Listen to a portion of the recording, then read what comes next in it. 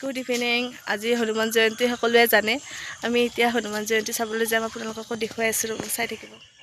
এয়া আমি মন্দিৰ আহি পালোঁ। আহি পাই দেখিলোঁ যে ইমান বেছিয়ে মানুহ, মানে ভিতৰ ভাগত যাবই পৰা নাই, এনেদৰে লাইন ধৰিব লগা হৈছে। মই তাৰে মাজতে অকণমান ভিডিঅ' কৰি ৰাখিছোঁ বাৰু, ভালদৰে ভিডিঅ' কৰা নহ'ল বাৰু।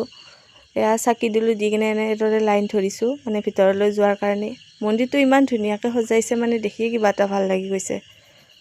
আৰু মানে গধূলি গৈছোঁ য'ত বহুত ভাল লাগিছে আৰু যাই কিনে। সেয়া চাওকচোন, বহুত বেছিয়ে মানুহ হৈছে, মানে আজি বহুত বেছিয়ে মানুহ হৈছে। সেয়া মই অকণমান ভিডিঅ' কৰি ৰাখিছোঁ বাৰু, ভাল লাগিছে গৈ কিনে।